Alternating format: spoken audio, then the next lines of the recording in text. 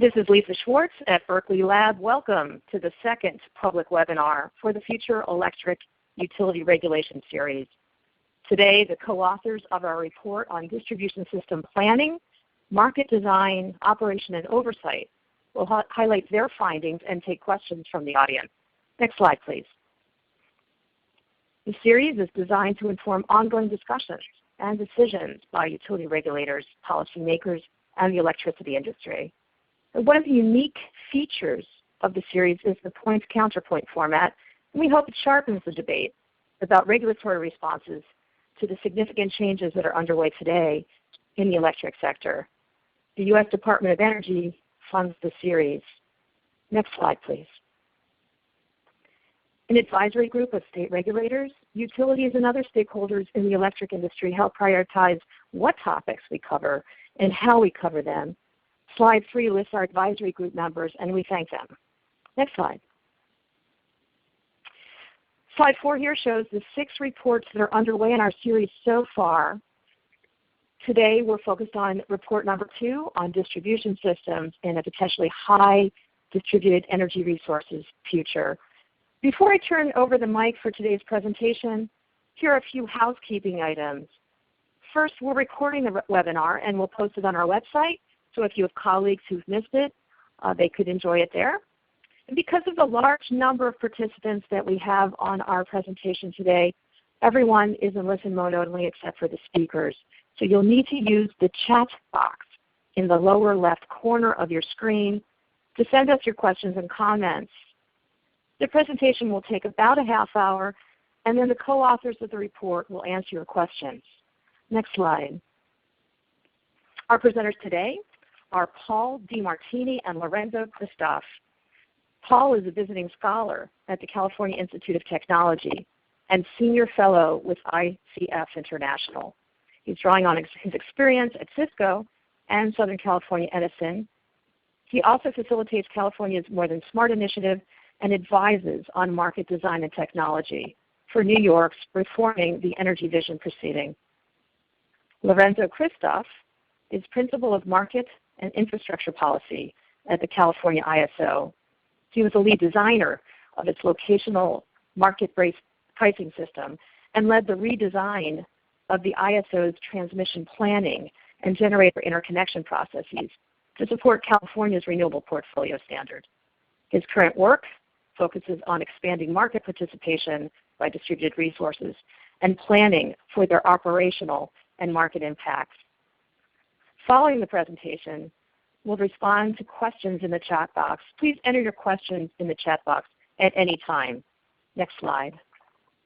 Let's begin our presentation. Lorenzo, please. Okay, thank you, Lisa, and thank you also for allowing Paul and I the opportunity to participate by writing a report in this very important series that LBNL is sponsoring. I need to mention this disclaimer only to point out that many of the topics being discussed today are topics under discussion at the California ISO, but there are no formal ISO positions or policies reflected here. These are really just topics that we're exploring. Next slide, please. Why we wrote this report, what we realized, Paul and I have been working together for quite a while on these subjects along with others, but what we realized is that many people are aware of the changes and challenges being raised by distributed resources. The word disruptive is used all the time. And in the regulatory arenas where we discuss these things, we're seeing policies and questions and issues that cross the entire gamut of the industry, from infrastructure planning and procurement to regulatory frameworks to jurisdiction, pricing and rate setting, everything. And to many in the regulatory policy-making sphere, we were concerned that this just looks like an avalanche of issues that have no sense of how to prioritize or how to order them in a structurally logical fashion. So we felt we could contribute something here by providing what I call a practical framework for regulators to understand and consider DER growth in their jurisdiction, address its impacts in a manageable, logical sequence, and then guide distribution system evolution with clear lines of sight to the public policy objectives that they're trying to achieve. And we're trying to write also for regulators in different jurisdictions where in some cases there may be a high level or a rapidly increasing level of distributed resources, as well as where maybe the penetration of DERs is just beginning, and yet the policymakers want to look ahead, take some proactive steps to modernize their grids. Next slide, please. One thing to realize is that, folks who've been in the industry for a long time remember the massive electricity restructuring that happened in the 1990s with competitive markets and open access, et cetera, largely driven from the top down by federal policy, the Energy Policy Act, the FEUR regulations 888 and 889, whereas what's happening today is driven by a combination of top-down and bottom-up forces, with emphasis on the bottom-up, because the technologies that are continuing to get cheaper and more powerful, changing customer interests in being able to have more control over their energy choices, as well as things like local resilience, cities and counties looking at the way municipal services are interrelated. So a lot of the changes that we're going to see in the coming years are driven in a diverse manner by different jurisdictions in different areas and by individual customers. And it's really important to understand this top-down and bottom-up complementarity. Next slide, please. So what will this mean for the electric distribution systems? Well, just starting from the operational perspective, and we start there because we feel that first and foremost, however the system evolves, it needs to work. There's a certain level of reliability, safety, efficient performance, et cetera, that just needs to function well. And in that regard, the physical system, the laws of physics, will need to be honored and respected in a sense that we must look at the operational feasibility of the policy changes that we want to make. So what will distribution operators see? Well, they'll see changes in net end-use load shapes, in peak demands, in total energy consumed, in the direction of energy flows. It's no longer one way sending power from the transmission system down to the end-use customer, but in fact, directions that may change as customers become prosumers and different devices behave different ways at different times of day. So variability and predictability get more challenging, both for the net loads and the grid conditions, and then of course the well-known reduction in kilowatt-hour volumes from behind-the-meter types of facilities. So the traditional distribution system function, as it has been for decades, will not be adequate for this future. Distribution utilities will, at a minimum, need to develop new approaches for how they do what are their core responsibilities: operating the system reliably, planning infrastructure, their interconnection procedures, and coordination with the transmission system and wholesale markets. In this regard, a question that's being asked and discussed a lot in the industry is the notion of whether it would be better or preferable to create an entirely new independent entity that's going to be the operator of the distribution system. So IDSO, or independent DSO, is an idea that's gaining a lot of discussion in the industry, versus simply taking the distribution utilities as they are today, components of the utilities, and then modernizing and developing their functional capabilities. Whether this independence now is going to be a crucial activity. We get into that into some depth, and I'll come back to that question later on, but I wanted to tee that up at this point because that's a theme that permeates the entire paper. Next slide, please. And then finally, the framework that we're building here, it starts with a few assumptions that I think set out the logic of what we're doing. For one thing, we're focusing on the wires function of the utility. There's a lot of the discussions move back and forth between wires type functions like interconnection and retail type functions like providing kilowatt hours for customers and other possible services that may involve installation of devices on customer premises, and whether utilities should do that or not. What we need to do here is set aside these other customer service types of functions, and really look at the wires company, again, thinking back to our fundamental notion that reliable operation, the physical operation of the system, is our starting place. So what do we need? Reliable, safe, efficient operation. No matter how DER expansion unfolds, that's going to be crucial. Consider what's needed to facilitate and integrate DER expansion. Interconnection procedures will be an important part of that, as well as certain studies that Paul will get into. So engineering studies, infrastructure planning, and then at some point consider how DER may not simply be devices that are hanging on to the grid and getting services, but are also capable of providing services that support functions like reliable operation. Also, the new utility business model questions, organizational structures, and so on, we're setting aside initially. We will come back to it somewhat with the theme of independent versus utility DSO, but there's a lot more business model questions being discussed in the industry that are beyond the scope of this report. So I'll turn it over now to Paul. Thanks, Lorenzo. Next slide.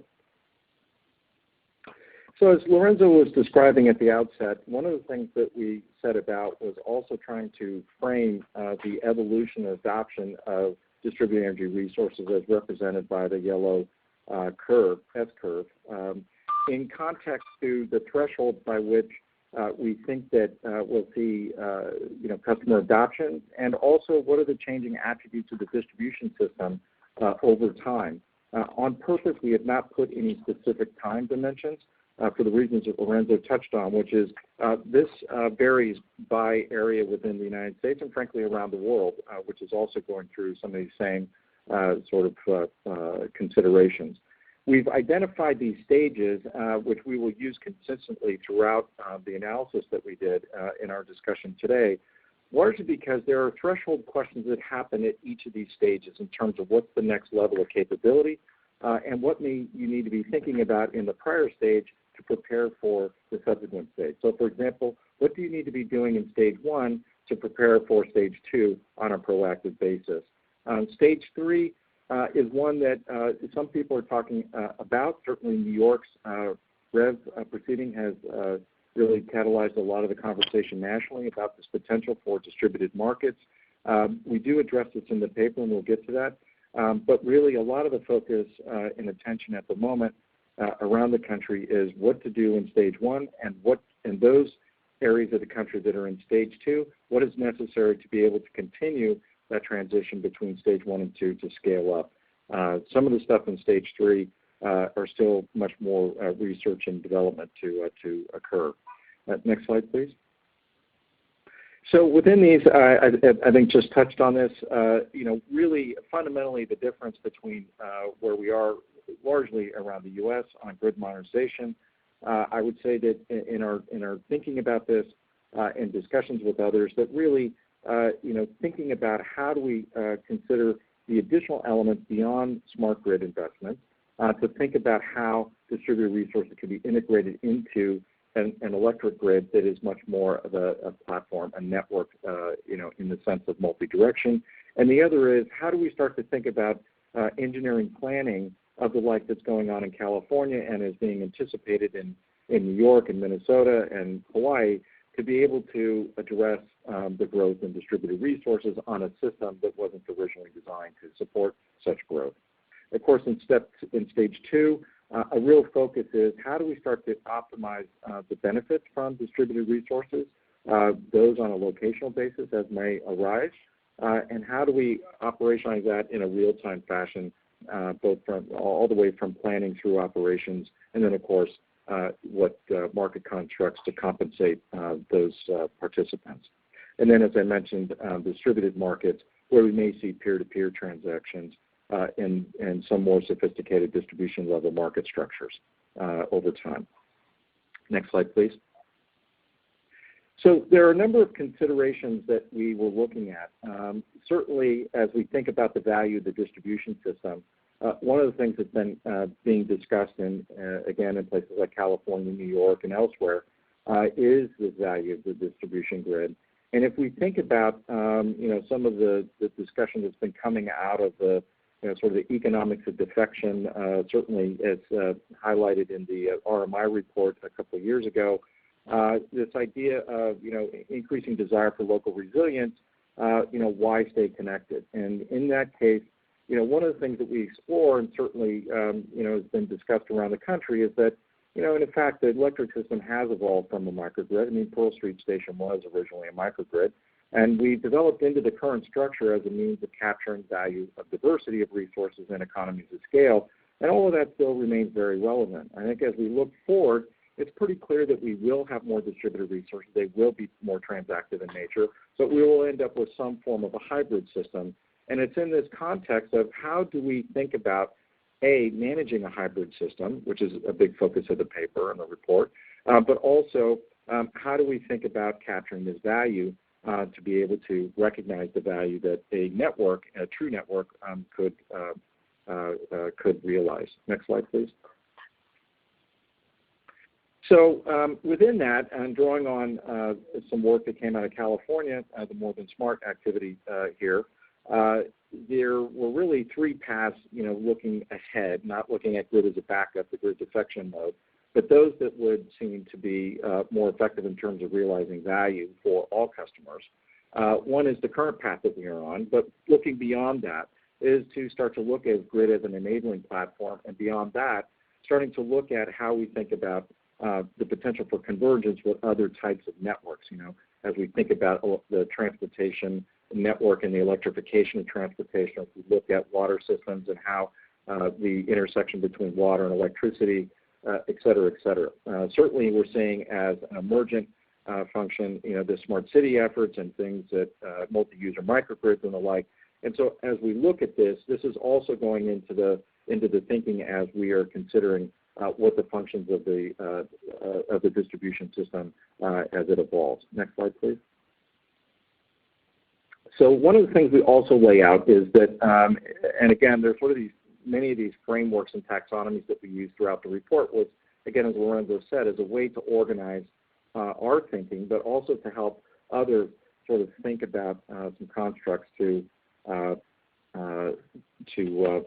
be able to think through and consider the various options that would be available.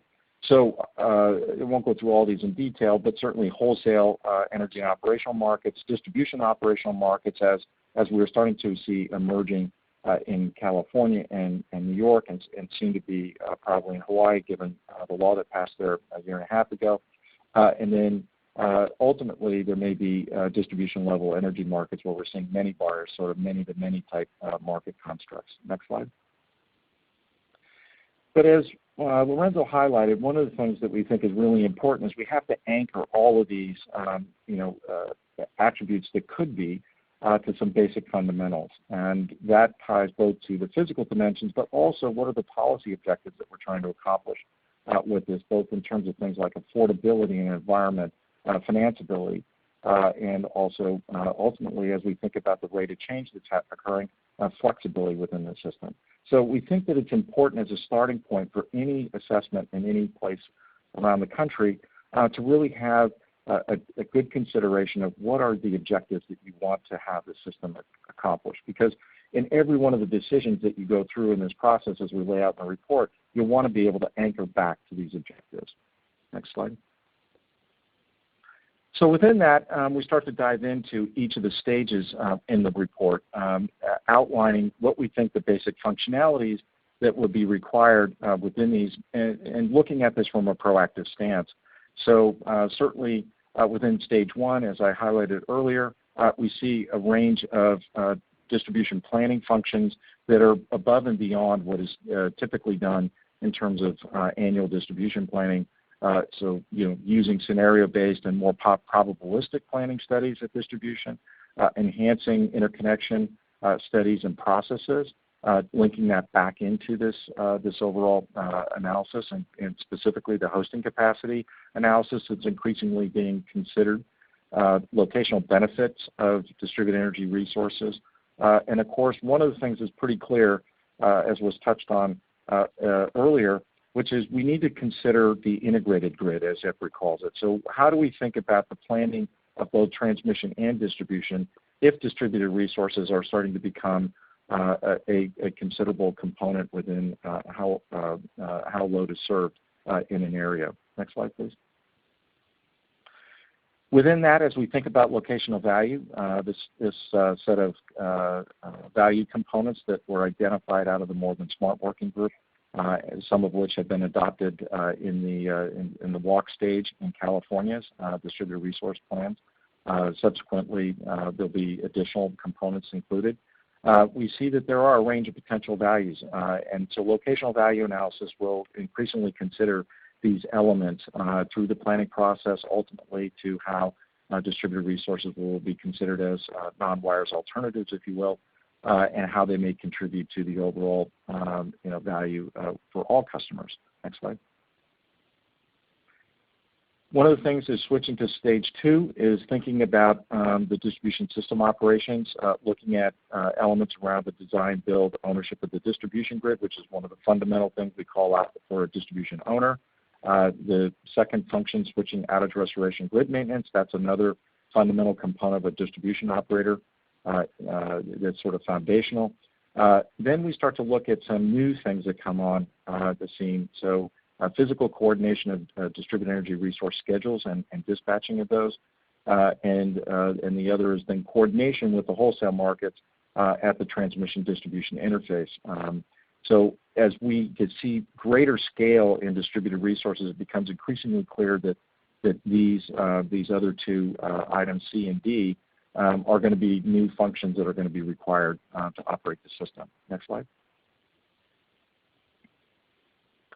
And in stage 3, these all build on each other. So these are incremental capabilities. So as we see in stage 3, we see increased sourcing of distribution grid services. Some of that occurs already in stage 2, but it expands even further and a wider range of potential services.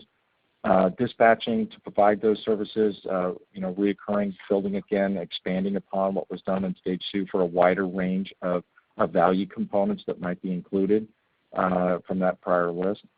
Then aggregation potentially has been discussed in New York for distributed resources into the wholesale market by a DSO. Then creation and operation of distribution level energy markets. So if we have sufficient quantities of distributed resources that can provide energy or absorb energy in both ways, may start to see transactions across the distribution system and not necessarily going through the transmission system. And then, of course, if we have those sorts of transactions, then we'll see other sort of capabilities required, things like clearing and settlements and other market facilitation services. Next slide. So what we've done in the report and just summarized here is that if we look at these functions and they all are additive, they accumulate, if you will, over time, starting with the stage 1 over stage 2 and then to stage 3. And part of the reason we did this sequencing was to basically also help decision makers understand when you may need to make a decision around what function is needed and ultimately who may play that role. But it gives a framework for thinking about that in the context of time, as each of these stages will have some time dimension for a particular location. With that, I think I'd pass over to Lorenzo. Thanks, Paul. Next slide, please. So here I want to focus a moment on the transmission distribution interface. With a lot of the attention that's being given to distributed resources, what we've seen in many of the discussions is not enough attention given to the whole system. How does it work? Looking all the way from the level of the interconnection down to the end-use customer and thinking about all of these as pieces that have to work together as a whole system. And in particular, the transmission distribution interface is a crucial piece of this, particularly in ISO RTO areas where we have the independent system operator running the grid and the wholesale markets, where that interface is now a boundary between wholesale and retail markets, between the meshed high voltage network and the typically radial distribution lines, and between federal and state regulatory jurisdiction. And in many of the discussions, I feel that the interface is pretty much taken for granted. Distributed energy resources certainly can bid into the wholesale market. They can be aggregated. Aggregators can bid them in. And thus far, with relatively low penetrations of these resources, that might not have been problematic. But if we move to higher penetrations, the concern is, well, who takes on all of those coordination responsibilities? If the ISO sees several different aggregates of distributed resources bidding to us at the same interface substation, and we give them dispatch instructions, well, currently we model them as if they're located at the substation. We don't see distribution system impacts. So how do we know what response we're going to be getting from these resources, because we don't know what they'll do to distribution circuits when they all try to respond? And looking at it from the other direction, they're all behaving in different ways that are meeting different needs, providing services to the distribution system or providing services to end-use customers and participating in the wholesale market at the same time. How do we manage and predict those types of impacts? So the question we're asking here is, let's think about the roles and responsibilities between the ISO as the operator of wholesale markets and transmission grid, and the distribution system operator as the operator of the distribution system, and taking on a lot of the new functional responsibilities that Paul just went through. What's the best way to define those new roles and responsibilities, given certain of the overarching objectives? Reliable, safe operation. The whole system needs to work as a whole system, and recognizing this bottoms-up aspect of the drivers of change. Next slide, please. So in the paper, we've sketched out 4 different models that really run the gamut between what we see as extreme bookends, if you like, of possible ways to define the DSO role, specifically with regard to the transmission distribution interface. Model A is at one extreme, and I'll get to it in a moment. Model C2 is at the other extreme. Model A says, well, let's have the ISO just optimize the whole system, but let's expand the network model that it uses for its optimization algorithms for its markets to include all of the distribution circuits and the substations, and then locate DER at their actual locations on those distribution facilities so that we see realistically where they are, and we have enough visibility to be able to predict what the outcome is going to be, or what problems they may raise if we issue dispatches, or we may be able to determine what dispatches are feasible on the distribution system or not when we're doing that optimization. So that whole system view with the ISO doing pretty much everything then creates a kind of minimal DSO function in which they're ensuring safety and reliability and doing some coordination, but not a whole lot in regards to the actual market and the performance of these DER. If you move one step, I'd say to the right of this bookend, then what you have is still the ISO optimizing the whole system, seeing large numbers of small DER, but modeling them as we do today at the transmission distribution interface, at the substation. And in a sense, I think that's the path that we're on for the most part today, which when I first started getting into this subject a couple of years ago, I realized that, well, maybe that's where we want to go, but maybe it's not, and let's at least explore some possible alternatives. And whether it's really desirable to have large numbers of DER bidding into the wholesale market, which could easily number in the tens of thousands just for the ISO, the California ISO's current balancing authority area, if the penetration proceeds on the rates that it seems to be going. So this adds a coordination role for the DSO. And if we're just up to stage 2 evolution, this might be fine. Go to the next slide, please. But now models C1 and C2 really give more of a market coordination, aggregation, scheduling coordinator kind of role to the DSO. I'll mention C2 first because I think C2 is the opposite bookend to Model A. Model C2 says, let's suppose that the ISO only needs to optimize its system down to the transmission distribution substation, or in LMP terminology, the pricing node. And at that node, we see what looks like a single resource or maybe a neighboring balancing area. And all we are doing is managing that interchange, which allows buying and selling energy through the wholesale market, which allows the distribution side to be offering ancillary services to the ISO. But the difference is, once you get to Model C2, is the ISO or transmission system operator doesn't need to see any of the details of what's down inside that local DSO area. Rather, managing all of that is the DSO's responsibility.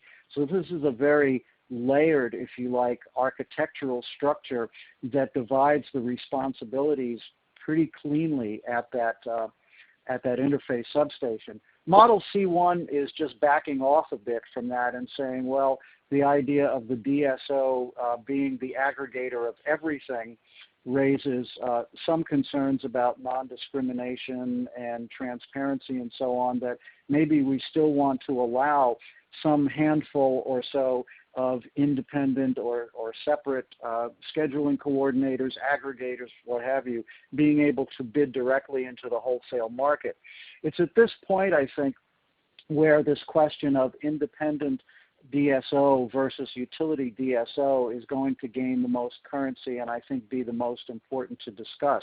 Because once you get to the idea of an entity, especially in Model C2, of a single entity who's not only running the system, but also is aggregating all the resources for the purposes of participating in the wholesale market, then I think questions like transparency, non-discrimination, open access, many of the things that are characteristic of ISOs and RTOs, it becomes more of an interesting idea and perhaps desirable to think about creating the same kind of independent entity at distribution level to ensure that all of the parties are treated in a non-discriminatory fashion, have equal access to all of the market and revenue opportunities that will be arising.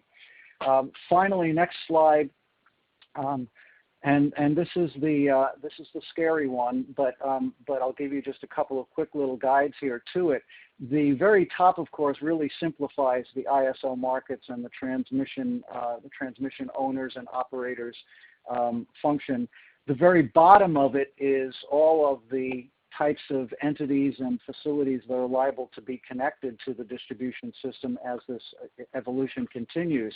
The middle box that has a whole lot of little gray boxes and some blue boxes, this is really what's going on the distribution system. These are potential functions, obviously different ones needed at different stages of evolution.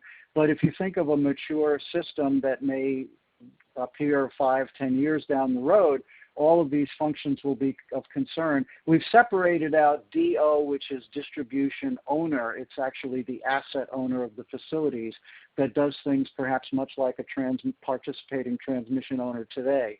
That is, it's the physical maintenance and operation of the actual assets, whereas DSO is managing the real-time operation, et cetera. Not necessarily separate entities, but just to functionally separate them for logical purposes.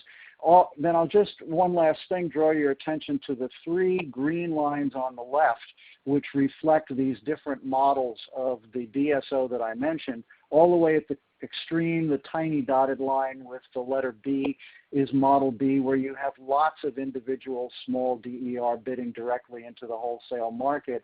Model C1, the next line in, says, no, we're going to limit the direct participation to a small number of aggregators at each P node or substation. And then Model C2, which is the extreme where everything goes through the distribution system operator as a single entity, and the ISO is simply seeing a single resource at the P node. And at this point, I'll turn it back to Paul. Thanks, Lorenzo. Next slide. So as Lorenzo was highlighting there in the last two slides, one of the things that we hope you take away from the report is that we took a very structured approach, and particularly influenced by taking an architectural approach and thinking about architectural considerations. Much of this was informed by the work of Jeff Taft that he's been doing out of PNNL with the Department of Energy on his grid architecture report that came out earlier this year. And in our collaboration with Jeff, one of the things that we've been exploring that was underpinning some of our analysis that's in the report and framing of the questions that we posed in this assessment of independent versus utility DSO was around these elements around the fundamental trade-off, for example, of economic efficiency and operational reliability. As Lorenzo highlighted, there are many aspects of transparency and the like, as he enumerated, that are desirable and often, pointed to in the discussion of an independent system operator, a distribution system operator. On the converse, in that last slide, you saw the complexity that is being considered with respect to, over time, the amount of distributed energy resources and the coordination functions that have to happen. And as we think about those kinds of issues in the sense of the timing and the scale of the locational dimensions, there are other attributes that, as Lorenzo highlighted at the very outset, we need to think about and consider from an operational reliability and operational risk in the overall design and sort of from these architectural considerations. So these are also things that are really underpinning our analysis and our thinking here. Next slide. So as we think, folks take a look at this, policymakers, business leaders in the utility industry and others, as they consider what we put in the paper, we think that there are several steps to take. The first is looking at the physical capability and operation of the distribution system, and within that, what are these high-level policy objectives, as I highlighted, the desired system qualities and the required functional capabilities. This cannot be, you can't step over this process, this step. It's really critically important to anchor what you want the system to accomplish with these objectives through a dialogue and clarity of purpose, if you will. There's very much a focus first on the planning and operation for safety and reliability. We cannot ignore that with this infrastructure. The second is then looking at market structures and market development. So based on understanding what the objectives are and satisfying the safety and reliability concerns, then we start to overlay the market structures and development pathways. And that starts with designing tools to fully realize the value of distributed energy resources and the capabilities that are necessary to support that. How do we start to identify the opportunities to consider distributed resources as alternatives to, say, more traditional investment or expenses?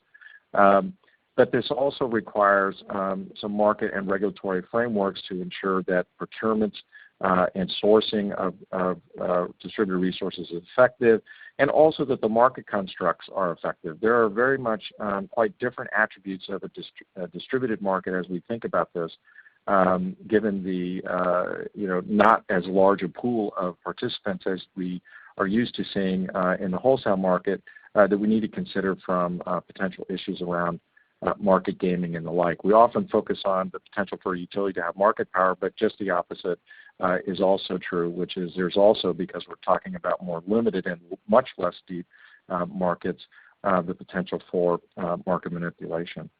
And then certainly we need to think about in step 3, what's the organizational structure for realizing these policy objectives? So what are the right roles for both at the ISO and the DSO? So how do we think about the wholesale market vis-a-vis a more distributed market and the distribution operator? And then within that, who should play these roles, whether it's a utility or someone else, some other entity, to take on some of these functions as they evolve over time. And then, of course, there's a lot of things we set aside at the beginning that some of the other papers, for example, report number 1 in this series, were addressing around business models and the like that also need to be considered, but we had set aside for the purpose of focusing here. Next slide, please. So in terms of principles, many of these I just described, so I won't go through all of them. It's really important that we understand the customer dimension here.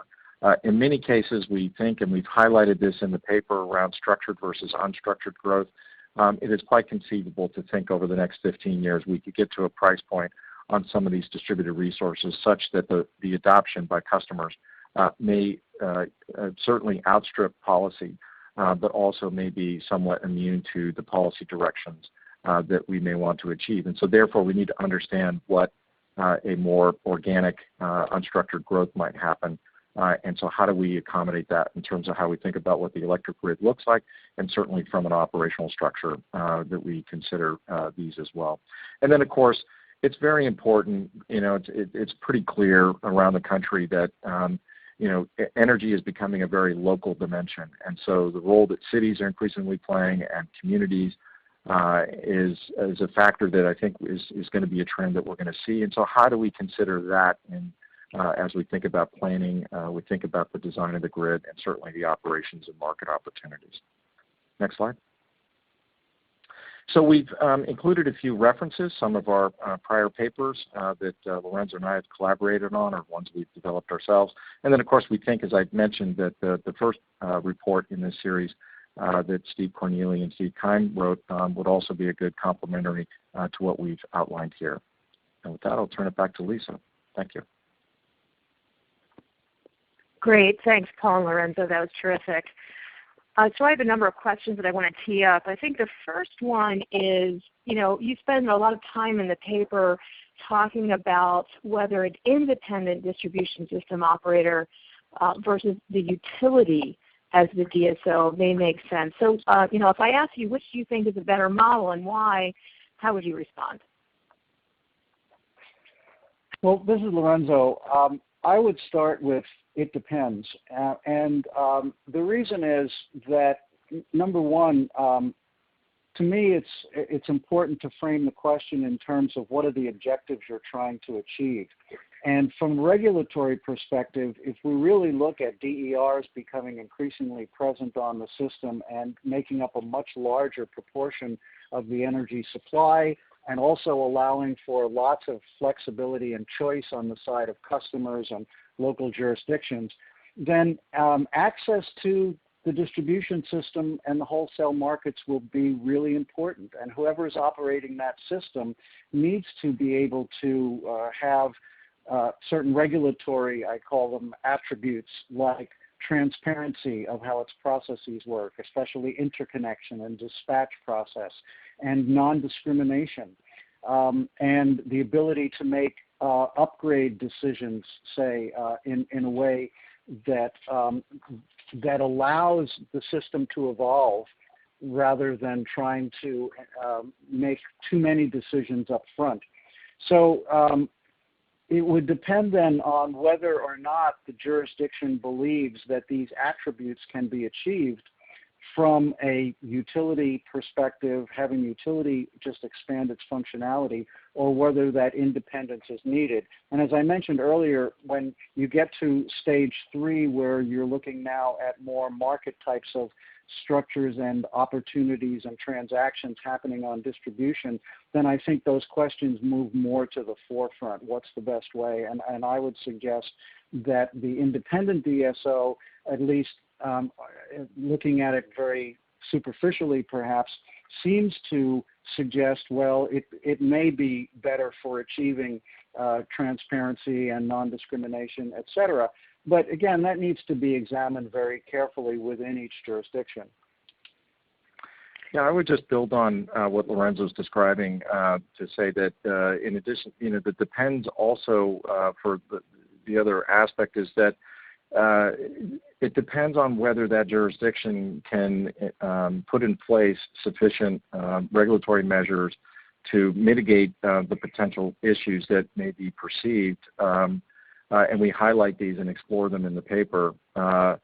It's sufficient to offset, what may be believed as a potential issue against the sort of the reliability considerations and operational risk considerations that adding increased complexity might entail. It's important to note that in that diagram that we put in, which is a very complex diagram, but we would hope that you take a little time to look at it and explore it in the context of what we've written in the report, because that complexity is very tangible, and we often talk about markets without not necessarily also discussing the controls that are necessary for how you actually physically operate the system.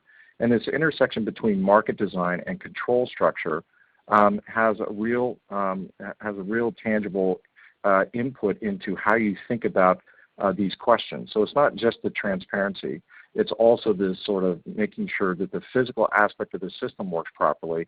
And in many cases, adding another entity might actually add delay in a control process that is not effective for what we're trying to accomplish overall against a set of objectives for a particular location, as Lorenzo highlighted. So there's very much a trade-off, and in many cases, even this extends when we start to look at the stage 3. And I think in looking at it, I'm myself personally increasingly convinced that, as Lorenzo highlighted around the Model C2, where you have a distribution planning area being a sort of a homogeneous, managed area that interfaces with the ISO, is probably the most architecturally simple approach. And then obviously a third tier at the customer level where you may have aggregators aggregating various resources and interfacing with the customer. But this sort of 3-tier model seems to make most sense. Within that context, it seems to me that, and in thinking about it, that most of the issues that people have raised around transparency and the like, as was mentioned, can be sufficiently mitigated, and more than and the issues around operational reliability and risk more than offset the potential and certainly mitigated issues that may arise from the other things. Thanks. We have another question here. How do you anticipate developers interacting with the utility to design portfolios of distributed energy resources that require a particular operating or a dispatch profile, potentially independent of ISO dispatch? Well, this is a really good question. This is one that's actually front and center in California at the moment, and is subject to a lot of conversation, both in the distributed resource planning proceeding as well as the integrated distributed energy resource proceeding that's just underway. So I think that just conceptually, there's a couple dimensions here. One is that there are a set of services that are likely to be identified to be able to meet certain value that relate to those value components that we highlighted in the deck here and in the report. Each of those do have certain characteristics, as the questioner mentions.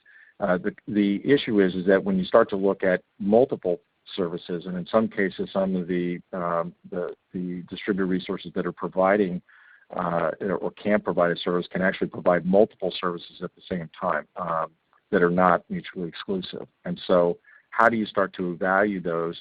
There are methodologies to do that.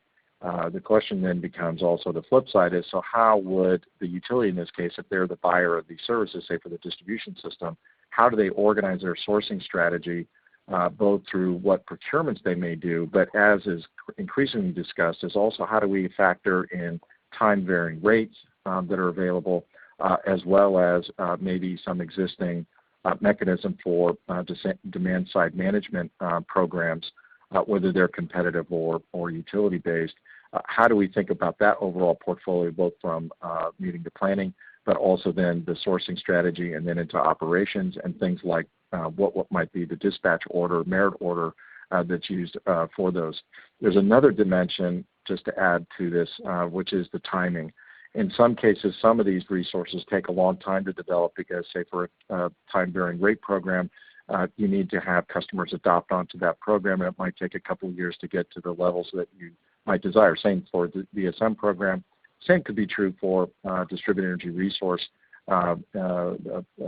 development that is being proposed.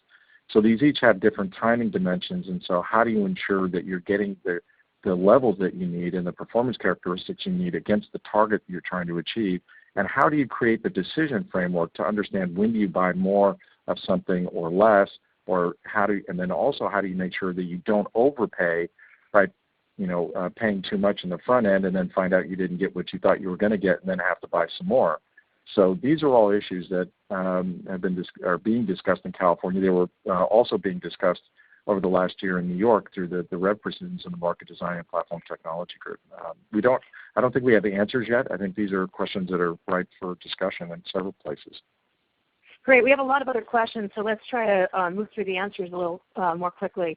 Another good question, can a third party assume responsibility for reliability within any of your proposed structures, and how would that work? Well, this is Lorenzo. I would say that to some extent the notion of who's responsible for reliability is going to be one of the central questions in the evolution of the system. Just starting with the very simple notion of, say, a microgrid having a lot of facilities and its own little network and being able to island from the grid.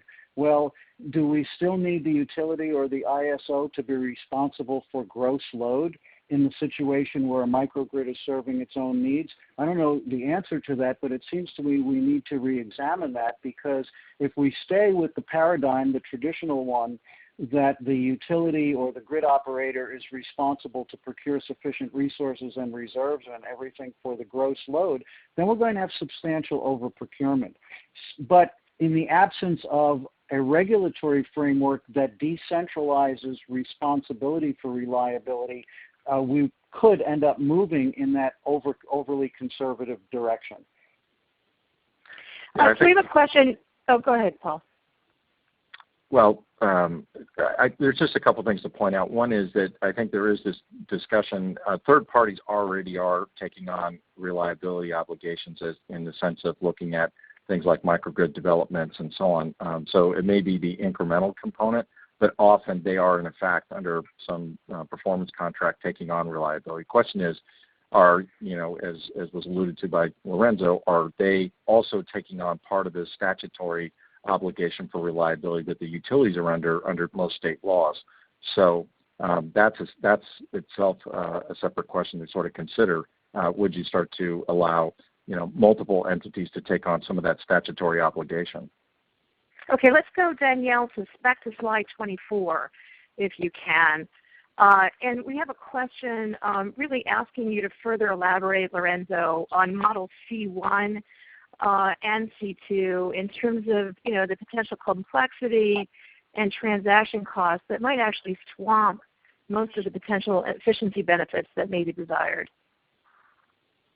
Well, if I read the question correctly, it sounds like the person asking it thinks, or at least is suggesting, that that Model C2 is the more overly complex one.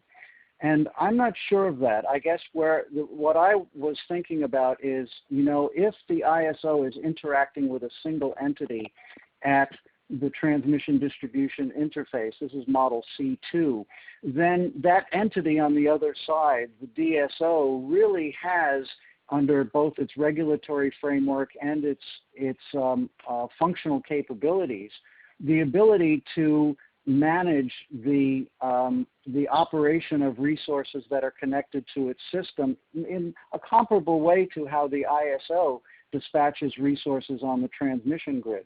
If you go to Model C1, one way of thinking about it is you could have a lot more complexity there, because now there are independent entities that are bidding into the wholesale market, getting dispatch instructions, responding to those dispatch instructions, and the DSO still has to have some ability to coordinate all those activities and responses of independent entities that will be having impacts on the distribution system. So in a way, I think the C1 model may be the more complicated operationally. So when would C1 make sense, potentially? C1 probably makes Go ahead, Bob. sense in terms of evolution. As kind of an evolving from Model B that we illustrate. But at scale, it doesn't really seem to make sense, as Lorenzo said. I think for simplicity and for scalability, I think it's clear you would sort of move to C2. But C1 might be sort of an intermediate step before you get to C2, just because we're already in Model B in many places around the U.S. that have a ISO structure. And so the next logical step might be to C1, but very quickly we think that it makes more sense to move to a C2 model. Okay, and this is, I think, a pretty simple question to answer. Is retail restructuring required for any of your proposed models, your conceptual models? Well, I would say no. that, go ahead. I would say no for the first couple. C2 contemplates that you might have some, competitive energy transacting, but the others don't necessarily require it. It's a function of how distributed resources might be participating in wholesale markets to provide services, or at distribution level for grid services that they're selling to the utility, which neither one of those require retail choice. So, in your report, you're skeptical about a couple of things. The first one is you're skeptical about the level of control that regulators and policymakers may have to guide adoption of distributed energy resource technologies because, costs are dropping and consumers are demanding certain services. So, in fact, you talk about unstructured development given rapidly improving cost effectiveness. So what can state regulators and policymakers do to prepare for possible new demands on the distribution system? What's your first best advice? Well, the first best advice is to really employ scenario planning and in the distribution system analysis. I mean, it's already being incorporated into most transmission and bulk power system, but not in distribution. And one of the things we think is it's very important, given the time horizons for investment decisions at distribution. I mean, we're looking at largely investments that have a 30-year life, to use at least a 10-year scenario that looks at various DER adoption rates, under different potential technology cost effectiveness attributes, to be able to really understand what this might look like and from a customer's perspective. And so that will really help inform, what's the capacity of the grid to be able to support this. I mean, this goes then to the hosting capacity analysis, which goes hand in hand. We think those are fundamental things that should be done. Great. And you're also skeptical in the report about developing a highly granular real-time locational market for distributed energy resources at the distribution level. So can you summarize why you came to that conclusion, and more important, what the implications may be for regulators and policymakers of that conclusion? Well, I would start with really the question of, is it necessary? And it goes back to the complexity efficiency trade-off that Paul highlighted in the slides earlier, that as you add greater market complexity, do the benefits that you get from that outweigh the costs? As we look at in the early stages of starting to create revenue streams for distributed resources to provide services to the distribution company, real-time operational services, or replacing or deferring distribution infrastructure upgrades, is something like a spot commodity price the best mechanism to get that resource to behave in the way the distribution utility needs it to behave? So I would just pose the question of, what are we getting from trying to create those granular energy spot prices on the distribution system versus the actual cost and complexity of doing so? Great. Let's move to the next question. How would you suggest that commercial real estate owners might prepare for structural changes in the electricity industry, with respect to having distributed energy resources at their sites that might participate in distribution level systems? Well, I think this is related. Go ahead, Paul. Well, go ahead, Lorenzo, please. Oh, I was just going to say, I think this is related to the question asked earlier about retail restructuring. And restructuring has a traditional meaning going back to the 90s. But if we abstract from that a moment and just talk about the bottom-up nature of the transformation that's happening, the fact that customers are making decisions about what to install behind their meter, there are vastly more possibilities now that they have as choices of what to install, of how to use it, some of which will be shaping their load and having impacts on the distribution system. Some of the variations will be able to participate in wholesale markets. That all of these become new choices that I think any end-use customers, whether it's commercial or industrial or even residential or government facilities, need to start thinking about. And what are their values? For example, if they're thinking about resiliency, which is a big issue in New York since Hurricane Sandy, well, what is the value of that? And how do we create that at a local level so that our facilities can keep operating if there's some disruption to the system? I think this whole broad spectrum of possibilities now at the end-use customer level becomes one of the major game changers. So let's talk about the transmission distribution interface. Is there some practical advice that you might have for state regulators and other state officials on how they might work with regional transmission organizations to advance planning of the functions and operations that may be needed in a future with high levels of distributed resources?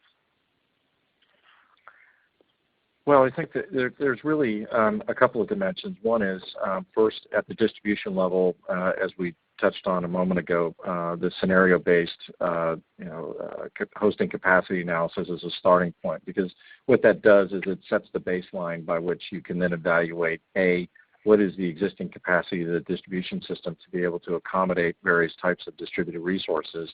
For those that haven't seen, point you to the California utilities websites on their distribution resource planning, and they have listed actually every circuit on their distribution systems. They've identified the hosting capacity by subsegment on those circuits. It's quite interesting to take a look at. That kind of information, in addition to a forecast, if you will, through scenarios of what possibly might happen in terms of additional growth, can start to then inform that discussion between the distribution planners and the transmission planners in terms of what is expected on an ongoing basis. It will also help policymakers understand and reconcile how much distributed resource is likely to come on versus what may be needed at the wholesale level. One of the things coming out of the California discussion is a recognition that in some cases we may not have been considering at sufficient detail and based on other adoption patterns, sufficiently understanding the interplay between what's happening with distributed resources and what may be needed on a local transmission basis as it relates to things like resource adequacy or local capacity requirements. And so understanding that and then setting up a process by which you start to integrate the distribution planning inputs into the transmission and vice versa. So that the common assumptions are used and that there's an iterative process that starts to reflect both, so at the end of the day you end up with aligned planning. Okay, and what could you maybe say to municipal utilities and rural electric cooperatives that might assuage their concern about further changes to market structures, either at the distribution or at the wholesale level? In this case particularly, the addition of a distribution system operator function. In particular, some utilities are concerned that an independent DSO model could make it difficult for the utility to protect its customers from both market power and market design flaws. And as an example, if the end-use customer doesn't see the market price directly or the utility's marginal costs for real-time, power supply needs, are we just going to see some rent-seeking rather than improving operations and economic efficiency? So, I don't know what you might be able to say that might assuage some of these concerns.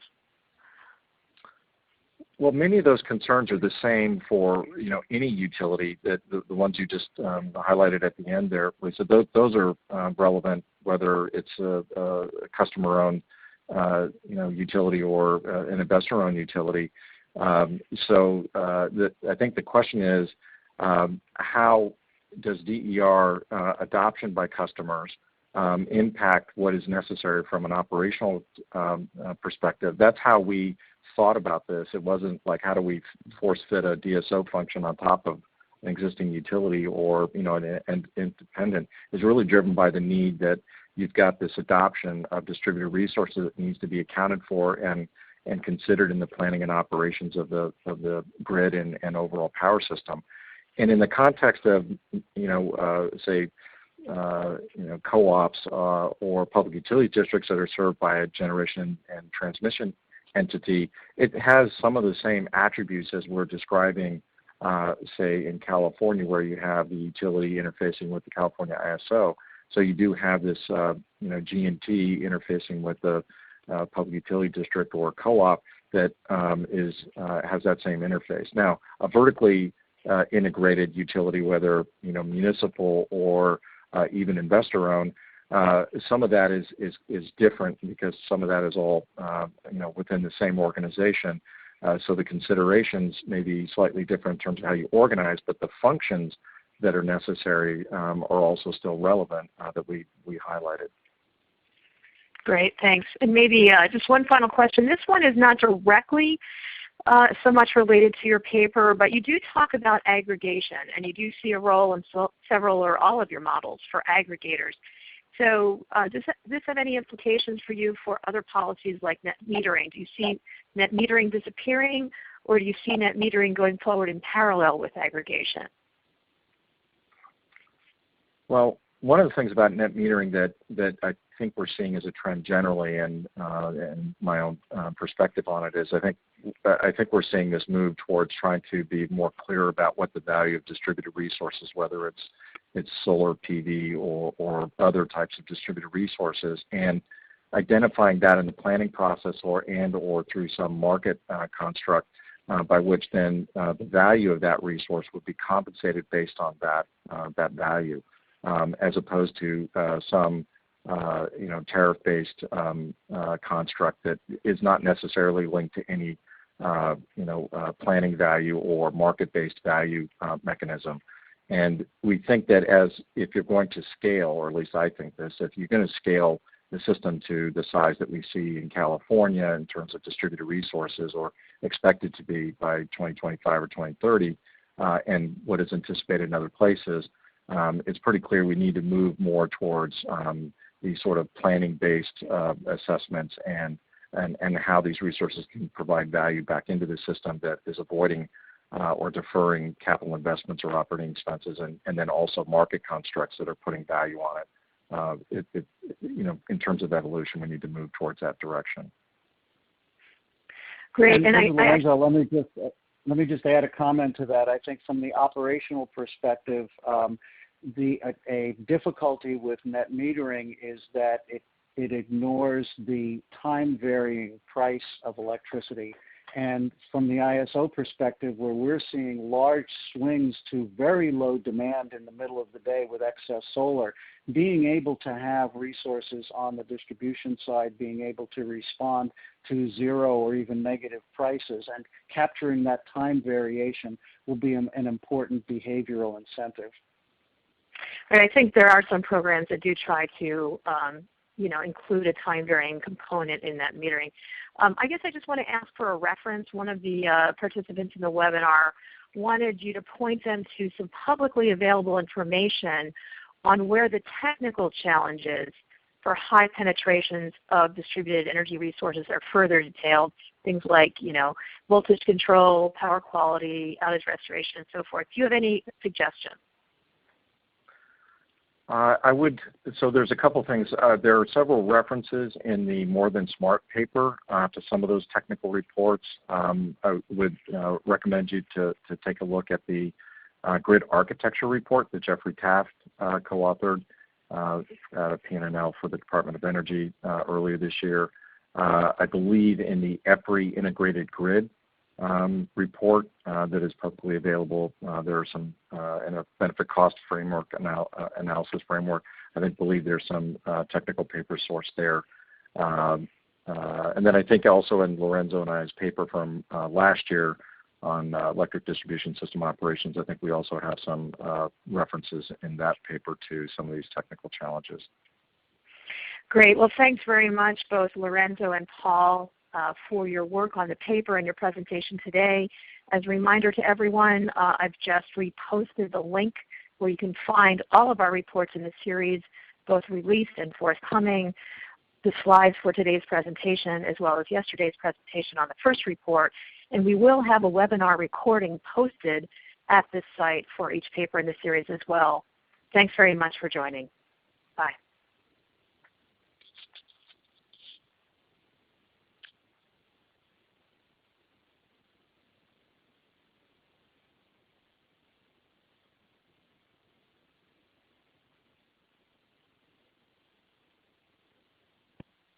Thanks if anyone's on. Yeah, I'm still here. I guess everybody's gone. Yeah.